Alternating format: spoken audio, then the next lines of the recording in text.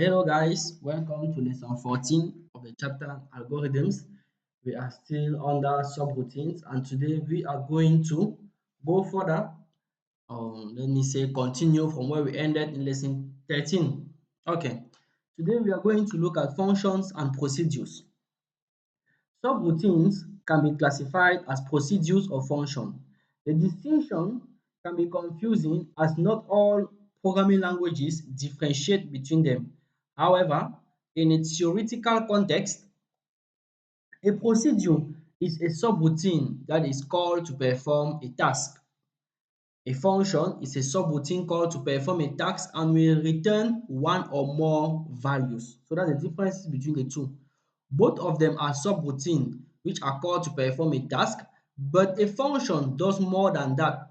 Apart from performing a task, it returns one or more values. When it comes to C language, a function returns only one value, but when it comes to a programming language like Python, a function can return more than a single value. So that's the difference between them. So if you are being asked to differentiate between a procedure and a function, you can just go to the fact that a procedure does not return a value, whereas a function returns one or more values. Okay, so this is how a procedure and a function are being written down. Pseudocode. So for a procedure, we have procedure, we have the name, these are the parameters, we have our variable declaration inside the procedure. And I hope you know that the variables we declare inside the procedure as well as the parameters are the local variables to this particular procedure. Then we have the procedure logic. We end our procedure. For a function, we have function name, we have our parameters, we have the variable we declare, we have the logic of the procedure or function if you want. Then we have the keyword return and there's a value we have to return. It can either be a value directly or it can either be a variable. But just know that whatever you are returning, it is the value that is being returned. So if you return 5, it is 5 that will be returned. But if you are returning x, it is instead the actual value that x contains that is going to be returned. Okay. In contrast to a procedure, a function must be called as part of an expression so that the return value is assigned to a variable or displayed as a result. Very important. When you are calling a procedure when called is never assigned to something, whereas a function when called must be assigned to a variable or to a different expression where its value will be displayed.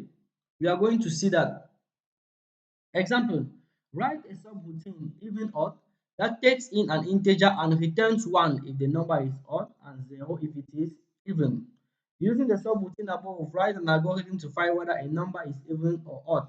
So yeah, that is how it is at the GC. They will never ask you, or rarely will they ask you to write a procedure or a function. It is always a subroutine. But now from the description of the subroutine, you as the student should be able to know whether it is a procedure or a function.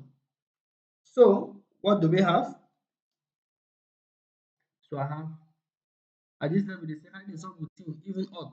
So that's the name, the identifier that takes in an integer and returns. This word returns already means that we are working with a function. So I have my function even odd. I have it takes one parameter. That's what they said. It takes an integer, but it's not specified there. Identifier of the integer it takes. So I decided to name it num. That's a data type. If num mod 2 is equals to 0, then this is the case of even number. I should return 0. That's what they said. If it is even, I should return 0. Else, I should return 1. So that is already my function. As you can see, for the logic, when we were writing algorithms, sequential algorithm, we saw the program that determines whether a number is even or odd. So this should not be a problem for you. It's only some modification at the level of the value we are returning. Then we end our function. This is the function we have. Now, the second part, let us see how to use this subroutine to write an algorithm to find whether a number is even or odd. So I have my algorithm sample begin. I have my one input. When you enter a number now, using that number, how should I make use of this function to determine whether a number is even or odd? Remember that This input is a number the user will enter. So now we have to pass this particular input as an argument to this function. Using the argument now, the logic will continue, the control of flow will proceed.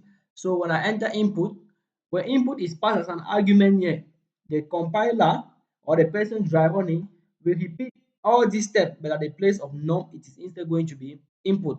Let us proceed. So if even odd of input is equal to 0, what does that mean? When you take input, for example, if it is 5, when you pass as argument, it means that you have 5.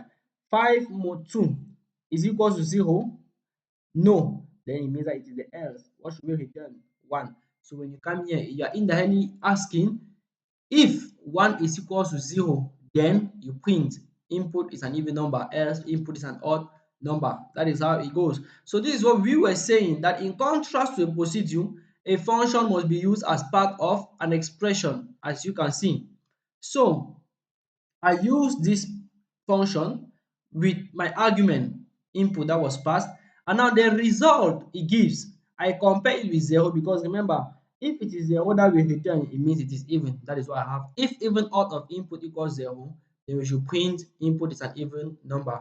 Otherwise, which is the else part, it is an odd number. And if this is the function call, as you can see, and we end the algorithm. So this, in contrast to what we heard last time, here it is the same algorithm with the only difference that we are using a subroutine to perform the comparison. So that is how it goes.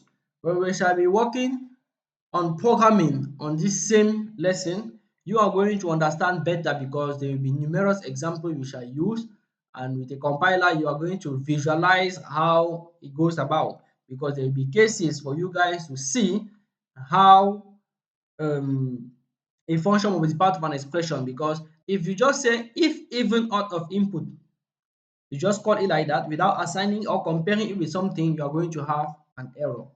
Okay. Guys, I want you to answer this question and drop your answers in the comment section. Based on the previous lesson, that is lesson 13, and using question 1 and 2, these two questions, identify a parameter. What is the argument used in the algorithm? Why did we use a function instead of a procedure? I think I answered this question 3. So guys, drop your answers in the comment section. Let us proceed. Passing parameters to function. As you can see, input is an argument. It has been passed as the parameter to the function even odd. But now there are two ways this can be done. Let us see. There are two ways of passing data into a subroutine. We have passing by value. The values of the variable are passed by the calling function to the called function. Remember from lesson 13, we distinguished between this and this. But let me just refresh your mind. As I have here, this is a function. This is another function that we wrote. So sample is calling even odd. So even odd is our called function, whereas sample is our calling function, because you are calling even odd inside sample. Okay, passing by value.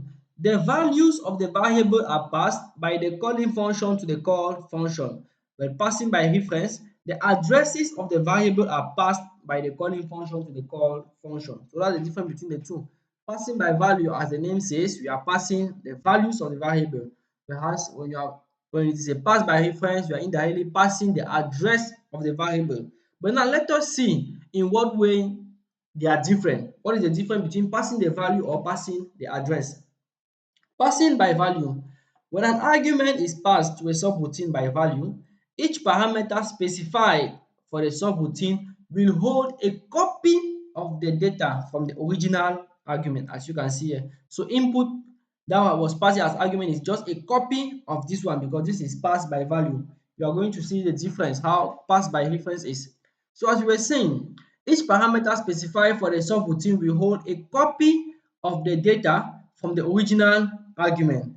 This data is held in a separate memory location and is only available to the subroutine, that is the local parameter. Any change to the parameter within the subroutine does not affect the value of the original argument. Very important. So when you are passing when you are passing a parameter, that is an argument, by value, is just a copy of the variable, sorry, which is being um, manipulated by the subroutine. And any change that occurs to that copy in the subroutine does not affect the original parameter. That is what we are saying here. Advantages: arguments can be passed as variable, literals, or expression. Disadvantages: copying data consumes additional storage space. It can take a lot of time to copy, thereby resulting in performance penalty, especially if the function is called many times. So those are the advantages and disadvantages of call by value. Passing by reference, same thing as call by reference. When an argument is passed to a subroutine by reference, a pointer, take note, a pointer that contains the memory address of the original variable is created, and any change to the parameter within the subroutine also affects the value of the original variable. To indicate that an argument is passed using call by reference, an asterisk is placed after the type of the parameter list. Very important. So here, as we are saying, when you're passing a variable by reference, we are not making a copy of the variable. Instead, we create a pointer that map that for that contains the address of the variable we are passing as argument. And so any change that will be performed inside the subroutine will directly affect the original variable. Advantages: since arguments are not copied into the new variable, it provides greater time and space efficiency. The function can change the value of the argument, and the change is reflected in the calling function. Those are the advantages. But now disadvantages: if an inadvertent change, that is a change that was not requested or needed, occurs to variables in call function, then these changes will be reflected in the calling function as original values will have been overwritten. That is what we are saying. So if there is a logical problem or a logical error within the subroutine, and it changes the value of the parameter in a way that was not requested or expected, then it's going to override the value of the original variable, and this is a disadvantage. Now, let us see the role of a call stack in subroutine calls, because you need to know that when you are calling subroutines, a subroutine can be called in a subroutine, which is also called in a subroutine, and the management of all these calls is done by what we call a stack, a call stack. When a subroutine is called, an entry is placed on the call stack, which uses a LIFO, that is the last in first out principle. A call stack is an area of memory that is allocated to a program to store information about each active subroutine.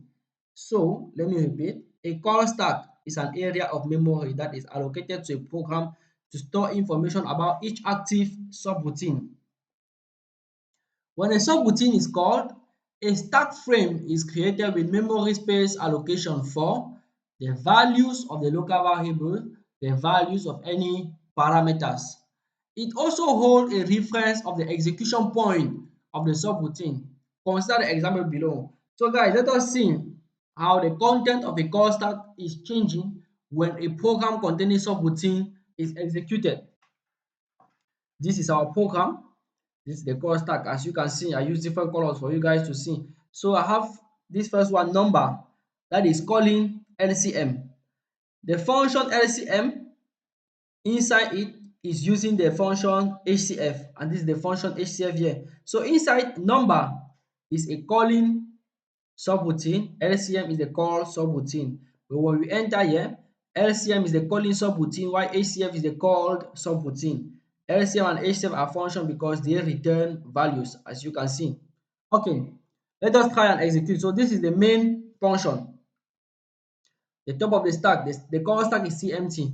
So first of all, when I start the execution, algorithm number begin, I declare my variables. The first thing, I read number one and number two.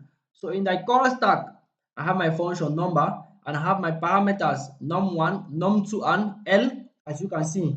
So the top of the stack is now above, meaning that the call stack contains this particular subroutine with these parameters, because remember, When a subroutine is called, a stack frame is created with memory space allocation for the values of the local variables and the values of any parameters. Okay, now after executing this, you see that L is, so we have number, we have the different parameters. Now, after executing this line, we come here where L is equals to LCM of number 1 and number 2, meaning that the control of flow will leave from here and enters directly here. So, after this function call, the control of flow is now directed here, where we have LCM with the parameters A and B, and we have the declared variable result. So in the stack now, another frame will be created where I have A and B, which are the parameters, and I have result, which is the return value, as you can see. So the top of the stack now is at this level of LCM, meaning that this is what is being, meaning that number and LCM are what are active during the execution, but LCM is the one currently being executed.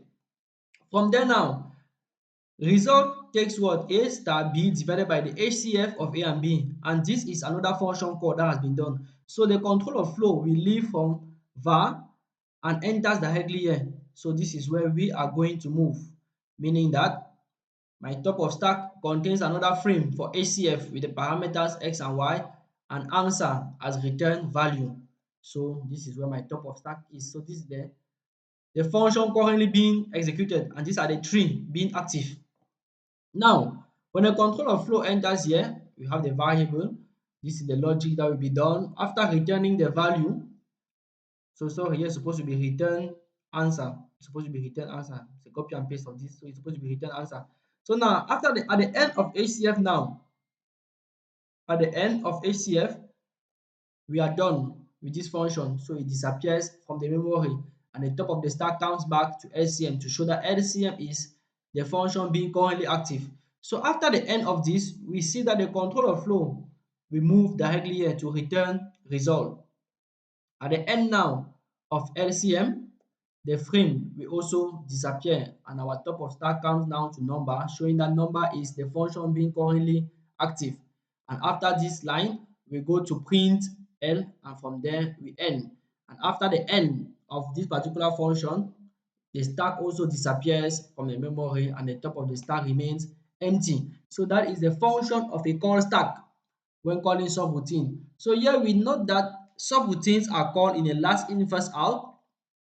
When a subroutine is called, a stack frame is created with memory space for the values of any local variables and the value of any parameters. And it also holds a reference to the execution point of the subroutine. Now, if you write a subroutine that calls itself with no means of escape, you will fill up the stack with hundreds of stack frames. This will eventually result in the infamous stack overflow error message. So that's what we call stack overflow. So when the stack is already filled up, like the amount of memory the stack has been allocated to, when it contains a lot of frames inside which are already more, whose capacity is already more than what the current stack is supposed to contain, it results in what we call a stack overflow, and this produces sometimes an error message. This is what sometimes result to the end of an infinite loop. Remember that when we were doing infinite loop under repetitive control structure, we saw that one way by which an infinite loop can end is the overflow of the stack. Okay, in our next lesson, we are going to look at recursive functions, another important concept. Thank you for watching this video. Do not forget to like, to subscribe, and to share for our community to increase. Do not forget to drop your comments concerning the question that were asked in the question on, on the example of the even odd function. Thank you very much. See you for the next lesson.